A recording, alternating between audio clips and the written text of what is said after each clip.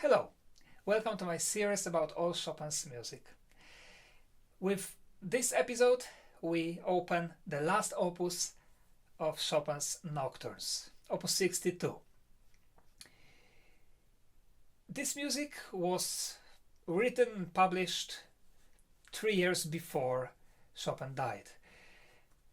In fact, last years of Chopin's life were not happy and successful at all.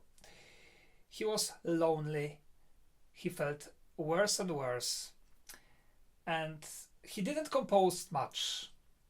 We can count. He composed only Polonaise Fantasy, which is a great masterpiece, of course, but then only short pieces, except the cello sonata.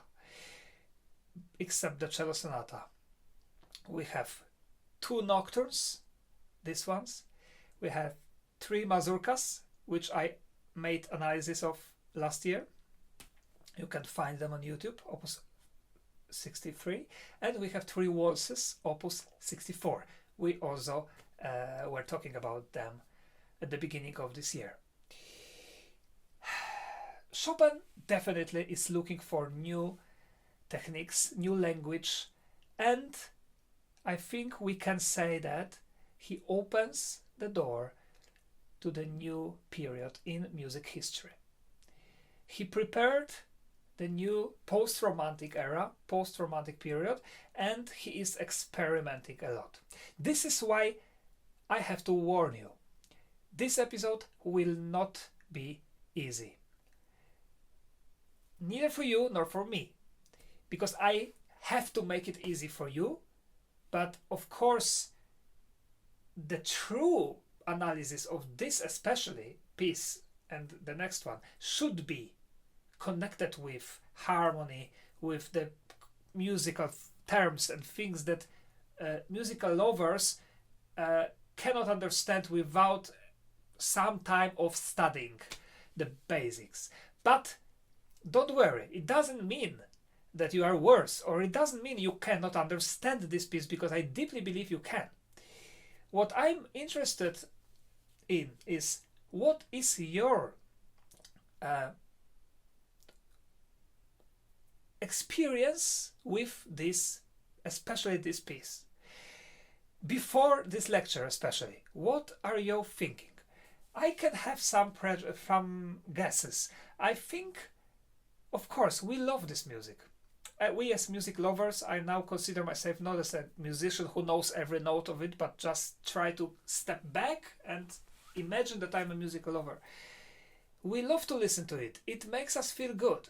But when we compare this nocturne to opus 27 or, I don't know, even opus 9, the very popular nocturnes, with very easy melodies that we can easily sing, remember, right?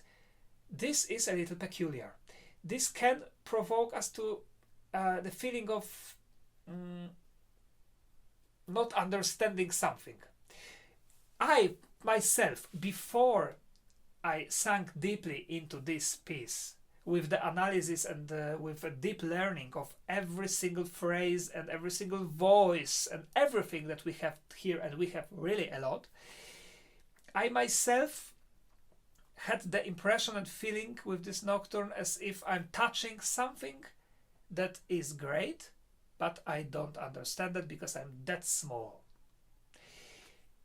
You know, this is like with a great piece of art which we don't really understand fully, but we feel it is a masterpiece of a genius. This is what I had, but now I must tell you with proudness, yes, even if I'm saying so myself with all my being humble, because I do try to be, I must say, I understand it a lot better, much better.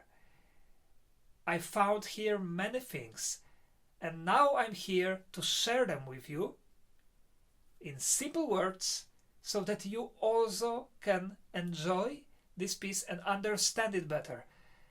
As you know, this is my ultimate goal, and I do hope at the end of the lecture you will write me a comment.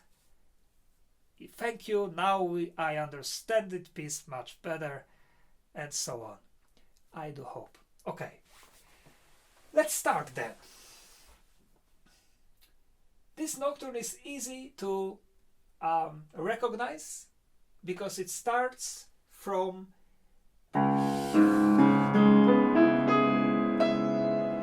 improvisation-like opening. It's like, you know, Chopin is walking slowly, then he comes to the piano, he sits on the piano, he just, maybe he even closes his eyes and he just writes, he just plays whatever. You know, definitely this chord itself, I mean, we can spend half an hour, don't worry, we will not, but we could spend half an hour analyzing these two bars. Only this.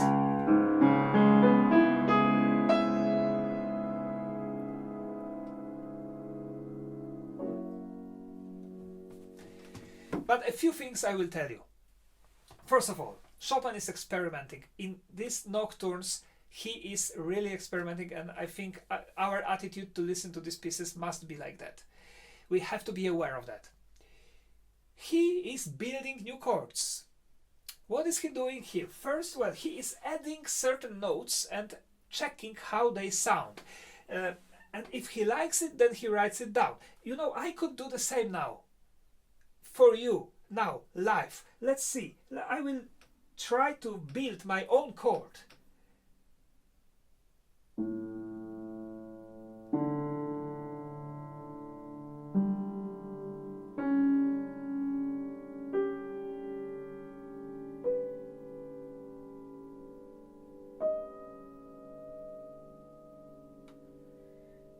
You know, it sounds like a 20th century music, you know, Alvo Part music, Philip Glass, this sonoristic, right, music, maybe a little Debussy, depends on what kind of chord we build.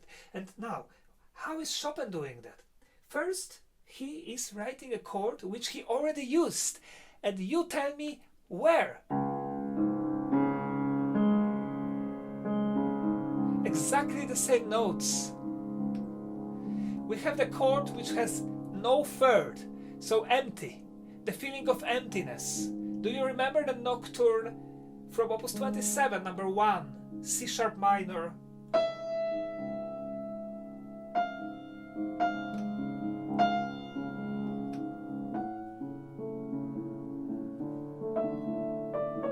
Yes, exactly the same notes, trust me.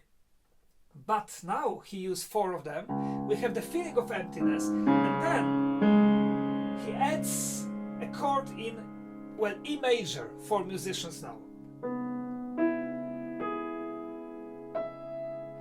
Then he looks at this Chopin and says, wow, I like it. It's so great. I will open my new nocturne with this chord. Why not? And then, so what is he doing? This creates a kind of tension.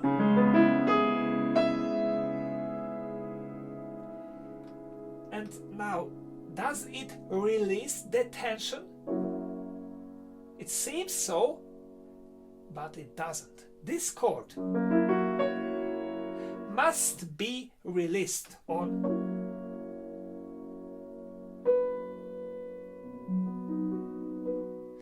Then our subconscious says, okay, and now I can go to bed. Before, cannot. So we have 2 tensions at the beginning. 2 chords only. After that is the silence, because Chopin knows that we need time to absorb and digest what we've just heard. Very, very special. It's a little similar to the beginning of Polonaise Fantasy, which was written exactly the same time, but Chopin also tries to experiment with the sound.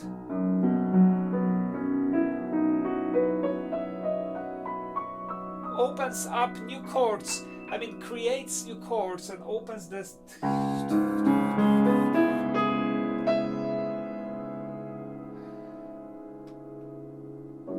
And then the story starts with, now this is another fantastic thing that I discovered.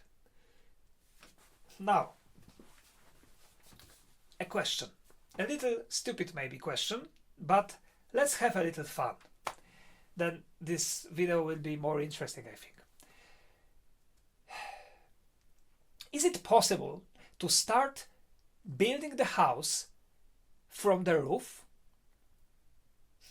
No, it's not.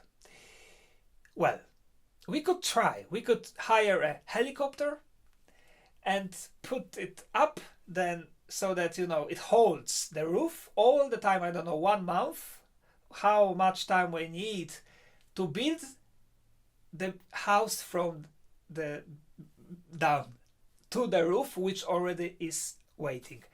Maybe theoretically some engineers could do it. We would have to have a lot of fuel and put it fuel, you know, in the air. I think it's theoretically possible, but nobody is so stupid to do it. Or so brave, or, I mean, there's no sense in doing that. Of course. Now, can we build the melody from the end? It sounds equally stupid. We cannot build a house from the roof, so we cannot start melody from the end. I mean, the end is the end, and the beginning is the beginning. Can the end be the beginning? This is the philosophical question. And here, Chopin is giving us a genius answer. He starts the melody from the end. And you know what? I didn't found it immediately when I played this piece. I think I played it for half a year or so, a few months, and I didn't think about it. Now, when I'm preparing the videos for you, I go deeper with the analysis, and I learn much more. And when I found it out, I had goosebumps. I was like, wow, another experiment. You know, so every week I get to know Chopin more and more. Get to know his, I think it's a lifetime work. I will be 80 years old and I will still find something that I didn't put in these videos. So probably I will have to do extra videos where I will be talking about the new things that I found in the music. I don't know, it's an endless work, but anyway. These 4 notes, my friends, they are not the beginning of melody. They are not the beginning of the phrase. And they are not random notes. They are not the bridge. They are the end of the phrase, the end of the first sentence. You don't believe me? Let's see.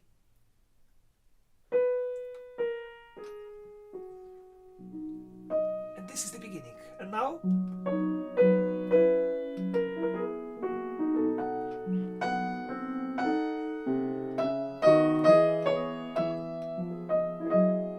and the end, listen.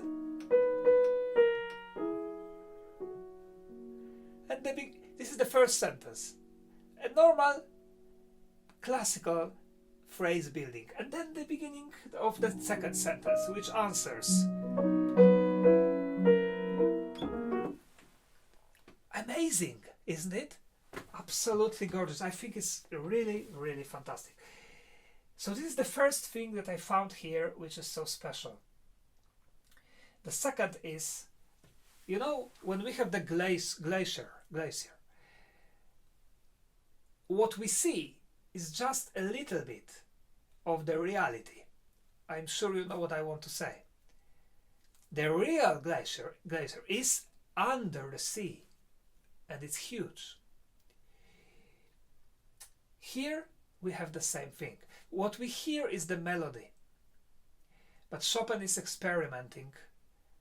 And as we know, he was studying Bach for many years actually now. He learned a lot from Bach's music. Here Chopin adds a lot, not a lot, but a few other voices which maybe are not necessary to bring them out. Because like in a glacier, we don't have to bring it up, but it has to be there. The same is here. I show you, because of course the main melody we hear, but what else can we hear here?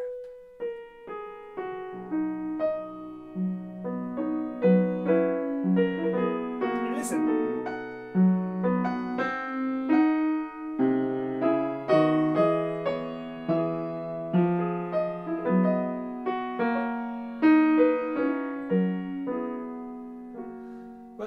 I just played maybe it's a mess for you, but I play for you just the left hand.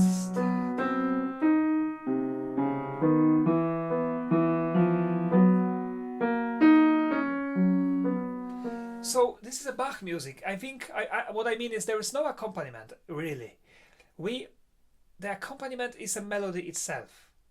So we come back to the Baroque music, and this is really special. Now, before we go forward, I want to say one more very important general thing, which maybe I should have started from. Our attitude towards these two nocturnes, Opus 62, should be very different from our attitude to all the other nocturnes that Chopin wrote before. In my opinion, I think here we have Chopin who tries to write music, relaxation music. I call it a relaxation music. You know, it's very popular, this kind of relaxation music for meditation, for example, with the sounds of nature, some computer sounds of some strings, or you know, the forests, the trees, the wind, the sea, the water. You know, we put not the speakers, but oh my god, you know, we listen, okay, and we hear and we meditate and we feel good. I think this is what Chopin wanted to achieve in this nocturne.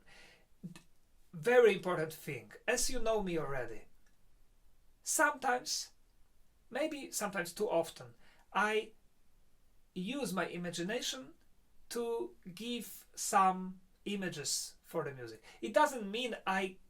It really doesn't mean that I treat Chopin's music as a program music, as the music with some story. But I do it to make it more understandable for everybody, also for myself, and to interpret it better. But I don't do it always. And here I think this music, these nocturnes, has nothing to do with Chopin's biography at that time. This is not a music when Chopin is confessing himself. It's not a music when he is expressing his soul. Well, he is of course showing his insight, his heart, his sensitivity, everything that he has inside, but this is more like maybe a treatment or just pure, beautiful music to make us feel better. To put it in short, I love this expression which I myself created. I'm very proud of it. Massage for the soul. So imagine you go to the physiotherapist and you want a massage for your body. It's the same. You go to Nocturne in B major, you knock to the door. Good morning, dear Nocturne. Can I have a massage of my soul, please?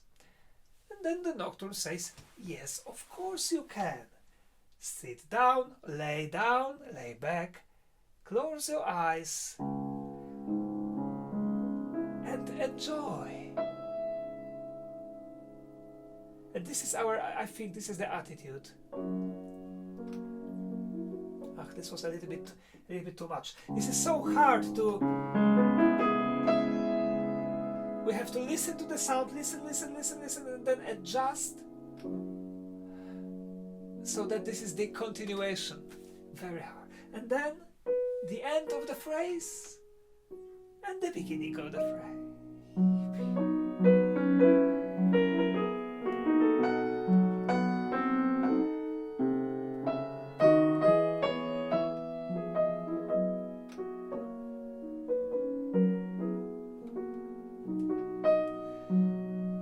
Chopin has time.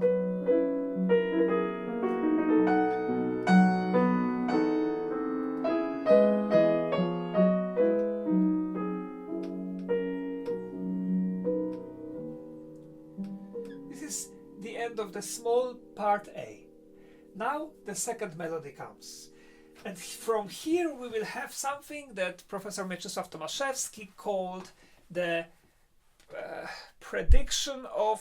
anticipation of Wagner's unendliche melody, unended melody, something that Richard Wagner made to extreme, you know, the endless melody, when we have the melody that never comes back to sing what it was before, but it's always something new, something new, something new. Personally for me, a little bit too much.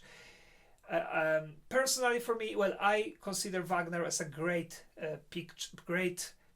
person in the music history, absolutely yes, who changed and revolutionized the world of opera, but I don't listen to his music because it makes me tired. Just because of this endless melodies. But this Nocturne doesn't make me tired, except of one moment when I showed you, but Chopin is perfect because I just start to feel tired, then he is changing. I will show you soon. But this is why this Nocturne is not as easy to understand and enjoy. I mean, enjoy maybe yes, because it's very, very relaxing, but not as easy to understand as a younger Chopin, and the Chopin that is writing music for singers, for opera singers, right? Like songs or arias. That was his. This is not an aria at all. Okay, but what do we have here now? This part A was very regular, as I showed you. We had one sentence, and then we had another sentence that started from the same motif. Just to show you. First sentence.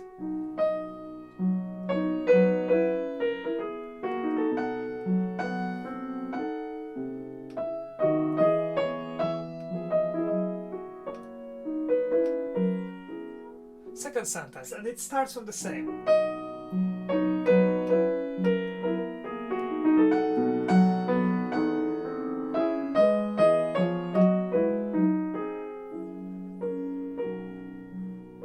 Now, modulation. And we come to another world, the world of part B, the small b. And we will have here a few different melodies. Well, actually, not many, a couple.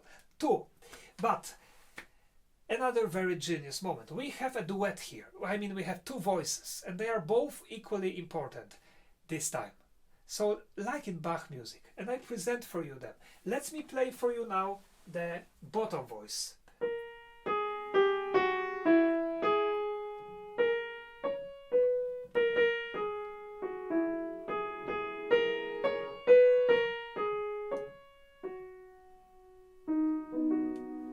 And then the upper voice.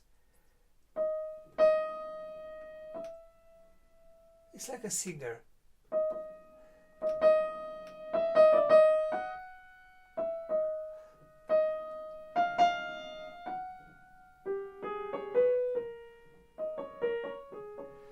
How they sound together, but I play the bottom voice one octave lower.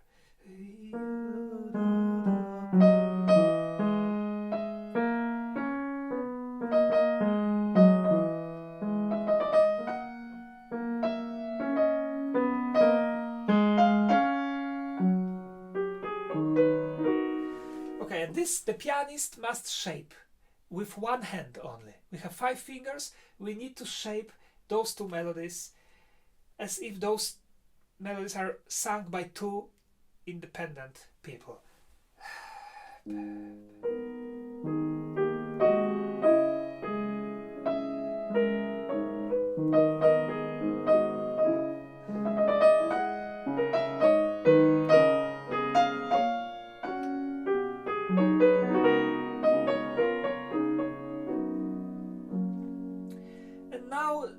The second melody.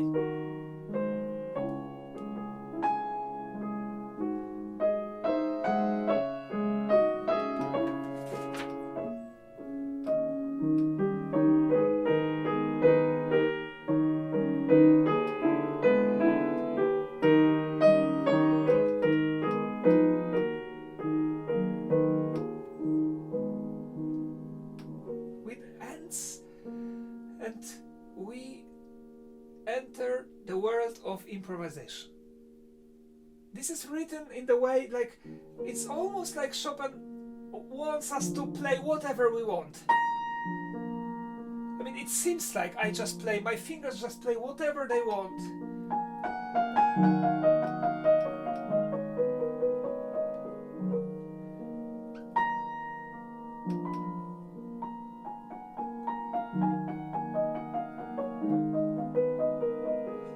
You know, we can improvise.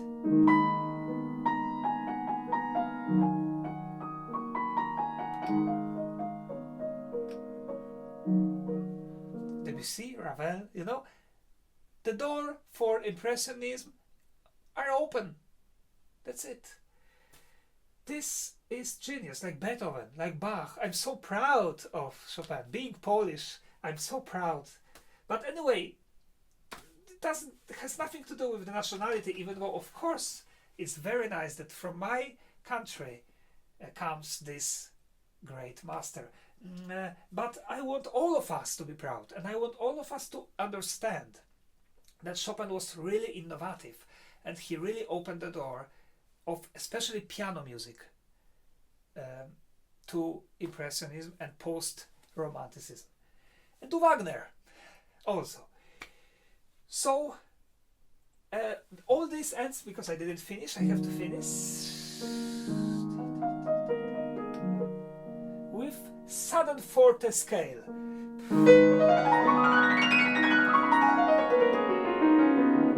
Excuse me, the left hand didn't play. And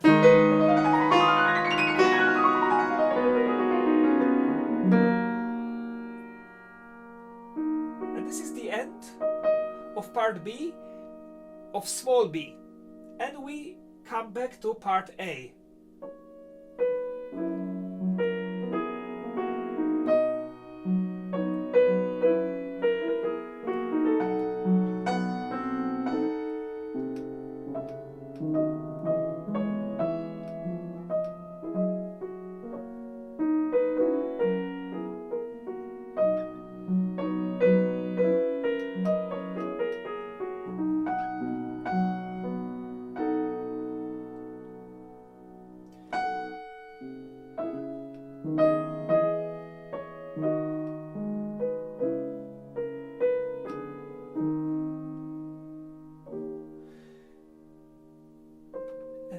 Starts part B, the big B. How to recognize part B?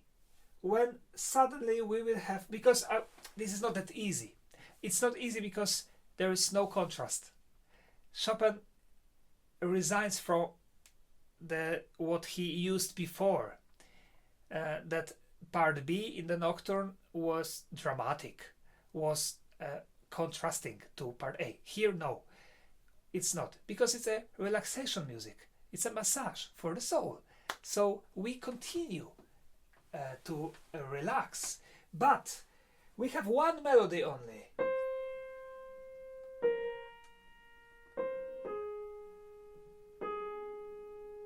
It is very song-like melody.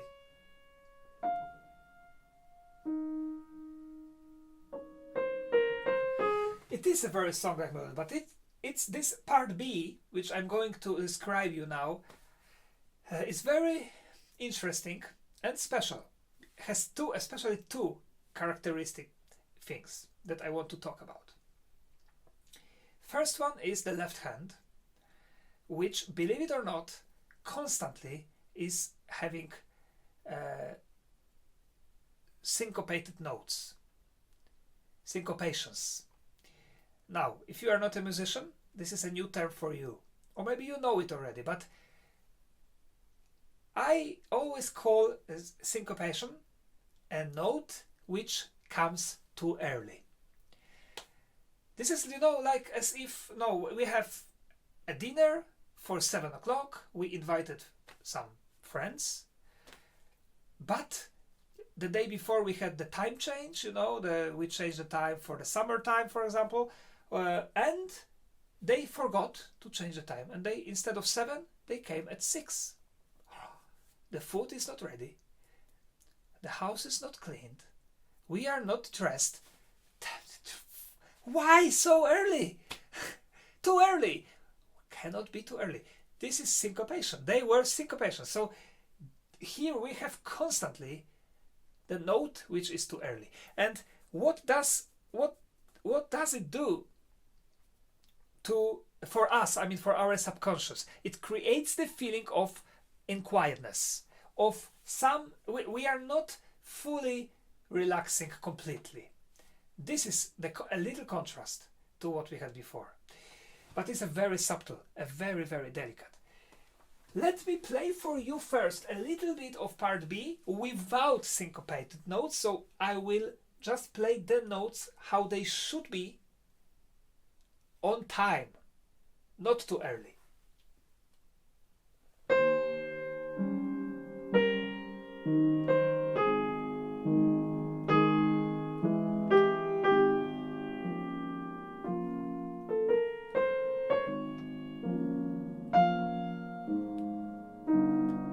Beautiful.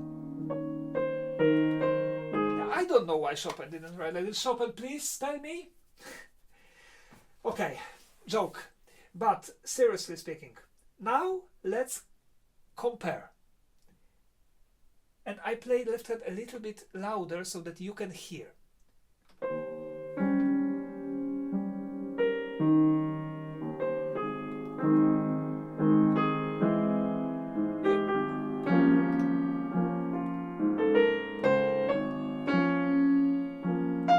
This is fantastic.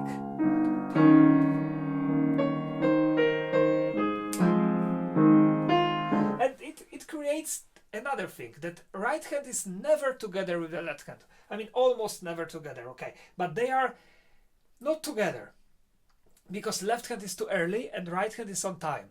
So they don't meet.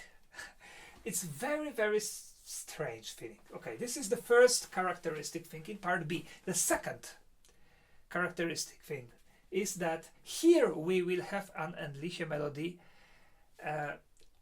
unended melody that Wagner was using. This melody that we hear, there will be a constant change. And here comes the moment when I told you before, about which I told you. When we start to feel tired of that, thanks God, Chopin comes back and shows us the motif from the beginning of part B, but not, and this is genius, listen, not the first phrase, but the second phrase. Listen, well, I play for you the whole part B, and in the meantime, I will be just explaining. Okay, so, mind you, the left hand, syncopated notes, and unending melody, and I will count melodies.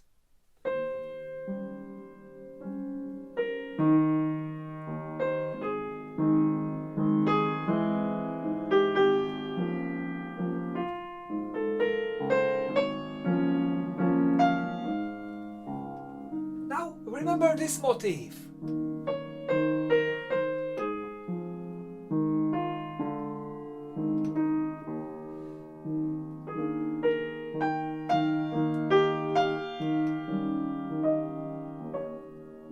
Melody number 2.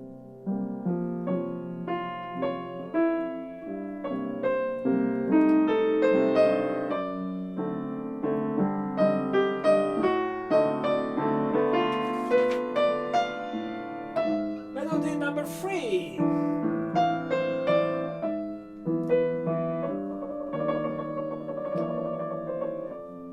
Melody, well, yeah, this is still number 3, but here is number 4.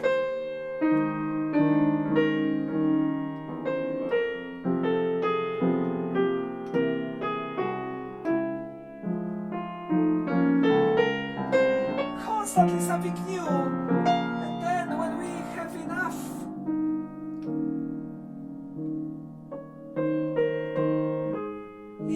we know it.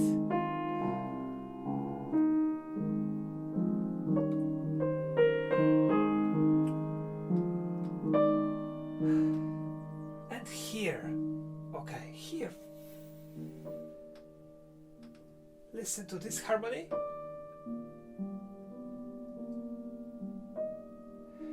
This moment is my personal favorite, until the trills that will come later. yeah, I will show you everything, but this moment is very special. This is the end of part B. I call it a magic moment. I call it another world. I call it something that no other composer ever wrote before. And it consists of two parts. First part is Chopin is experimenting again with the dissonances. Many 20th century composers, especially from the first, well, not only first half of the first 20th century, but composers that were using with pleasure dissonances to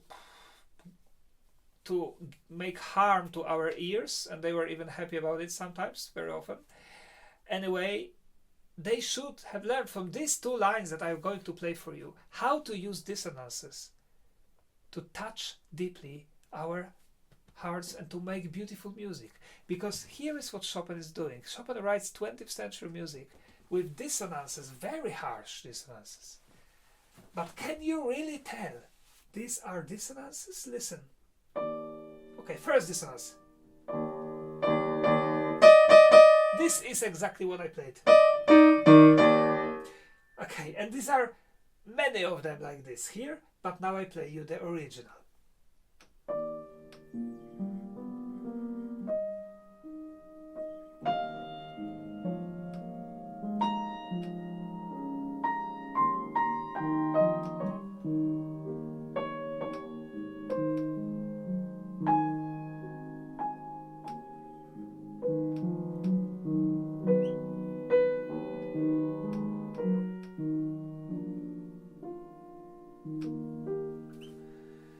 This moment is magic, it deserves to be played again.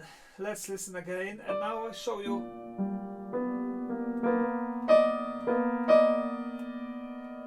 That's how it's written. Now here. Again. This is not a romantic music, it's a post-romantic or even 20th century music.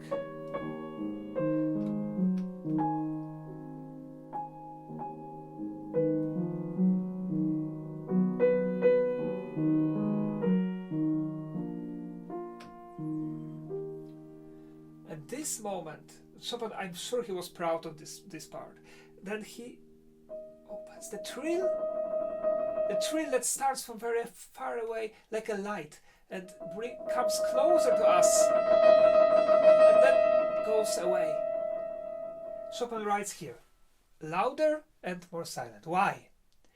Because this is the only way that we can, on one note in the piano, just like a singer, we can make a crescendo and a diminuendo. Here comes, dearest Chopin lovers, here comes the most innovative moment in probably all Chopin's music. The thing that nobody before Chopin used, nobody was so brave enough to use and creative. Chopin simply makes the piano sing. He was all his life trying and looking for the way how to make the piano really sing. As we know, when I play one note in the piano, even if I push or I move the finger, nothing changes in the note. The note dies. This is completely different than the sound, because when I sing one note, la, I can make la, I can, as you know, singers can do whatever they want with one note. This is beautiful. Chopin wanted the piano to be like this, but it's not possible because it's a percussion instrument, unfortunately. But here he finally came out with a fantastic, brilliant, innovative, experimenting and new idea. It's almost as special as, I don't know, flying to the moon or creating the internet or electricity. Really, why? I show you first how would it sound if Chopin decided to use this technique already when he was 20 or 19 or 18 years old. So 20 years earlier.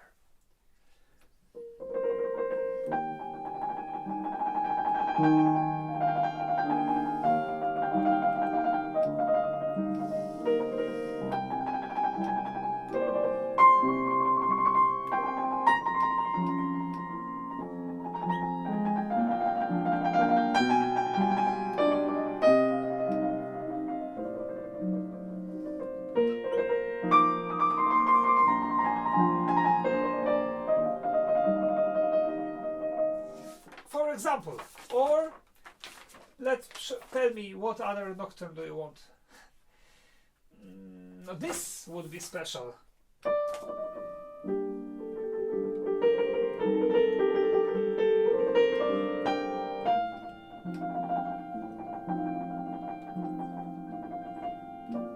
But every single nocturne we can play like this. Every single one.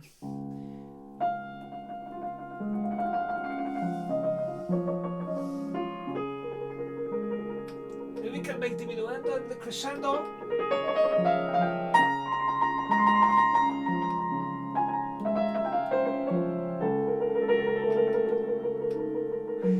It's magic. It's a fantastic thing. Chopin decides, he decides to put it here. And so what we have part A. We go back to the beginning of the piece, but everything is written in trills, which makes the pianist finally be able to shape one sound.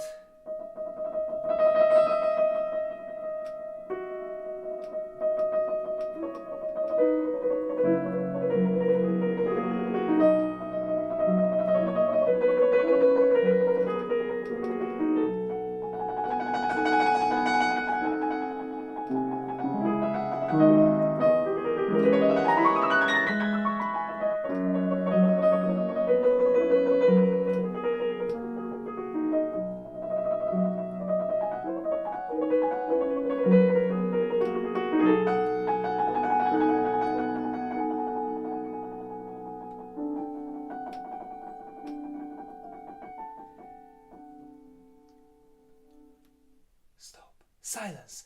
This is very important, silence. Because when you hear this silence after the trills, you already know, when you listen to this nocturne, that we arrive to the end. In our journey, we see the bridge. Then we decide to enter the bridge. This bridge will be very full of chromaticism. So many notes which are should not be together, placed together. Again, innovative harmony that Chopin is using. This bridge is very innovative and very 20th century like, and it prepares us. On the other side of the bridge there is a coda, improvisation like coda. We will have again the improvisation, free improvisation, just right hand. Of course it's written down, but it's a perfect example of composer who wrote down the actual improvisation, something that is impossible to do. Chopin tried, and I think he succeeded. So the bridge first, and then the coda. And now I just want to show you prepare you for the end. There is nothing from Chopin that we know. There is no żal, no sadness, even though he wrote it in extremely sad period of his life. Why? Was it a remedy? I think a little that maybe it was kind of autotherapy for him, a remedy. He wrote something, a music that made him feel better. Improvisation that he was playing for himself to soothe his pains. And the very end of the nocturne, my friends, in my opinion, is the reality, the real Chopin's heart. The sensitive, warm, and good person. Chopin from Poland. He didn't change, even if he suffered so much. And this is why this nocturne for me is so touching. Let's listen now to the bridge and then coda and the end.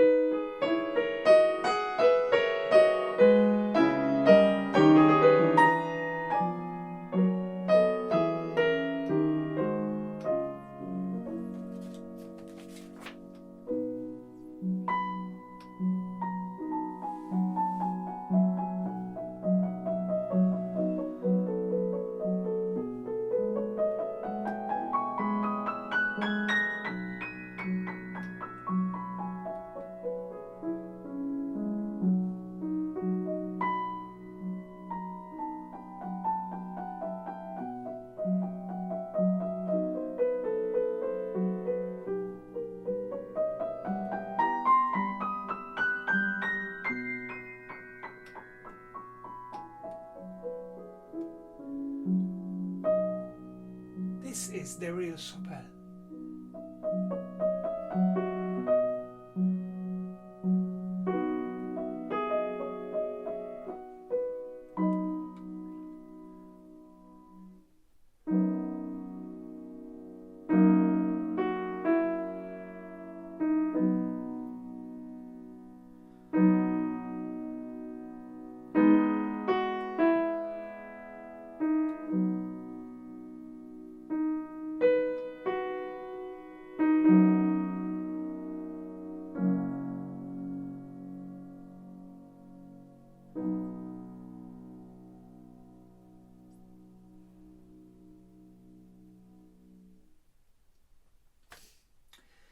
And that's the end of this masterpiece.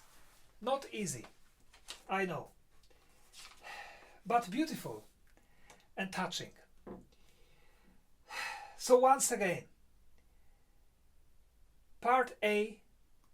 big part A consists of has its own structure ABA, where part A is this beautiful theme that starts from the end and has two sentences. Part B has two melodies and the improvisation that brings us back to part A. Then we approach big B, part B, when we have syncopated notes and we have an ended melody of the right hand. Then we have this very special 20th century like moment that brings us back to part A with the trills and the most special moment. And these trills end with the silence, after which we enter the bridge.